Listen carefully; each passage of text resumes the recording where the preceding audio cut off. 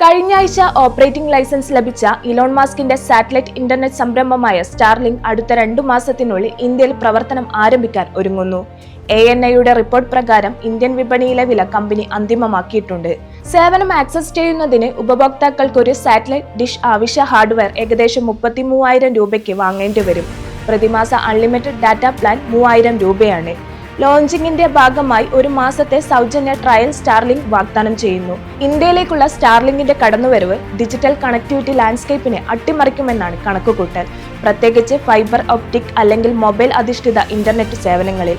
Low earth ഓർബിറ്റിലെ ഉപഗ്രഹങ്ങളുടെ ഒരു കൂട്ടം ഉപയോഗിച്ച് മുമ്പ് എത്തിച്ചേരാനാകാത്ത മേഖലകളിലെ ഉപയോക്താക്കൾക്ക് വേഗതയേറിയതും സ്ഥിരവുമായ ഇന്റർനെറ്റ് ആക്സസ് നൽകുകയെന്നാണ് സ്റ്റാർലിങ്കിന്റെ ലക്ഷ്യം. ഇന്ത്യയിലെ വിലനിർണയ മാതൃക അയൽരാജ്യങ്ങളും സ്വീകരിക്കുന്നതിൽ കമ്പനി വിജയിച്ചു. ബംഗ്ലാദേശും ഭൂട്ടാനും ഒരേ ഉപകരണ വിലനിർണയം സ്ഥിരീകരിച്ചു. സ്റ്റാർലിങ്ക് നിലവിൽ 25 മുതൽ 220 Mbps വരെ അതിവേഗ ഇന്റർനെറ്റ് വാഗ്ദാനം ചെയ്യുന്നു. പല ഉപഭോക്താക്കൾക്കും 100 Mbps-ൽ കൂടുതൽ വേഗത അനുഭവപ്പെടുന്നതായി റിപ്പോർട്ടുണ്ട്. ഫൈബറിനെയോ മൊബൈൽ നെറ്റ്വർക്കുകളെയോ ആശ്രയിക്കാതെയാണ് ഈ ഇന്റർനെറ്റ് കണക്ടിവിറ്റി പ്രവർത്തിക്കുന്നത്. നിലവിൽ സ്റ്റാർലിങ്ക് 100-ലധികം രാജ്യങ്ങളിൽ പ്രവർത്തനക്ഷമമാണ്.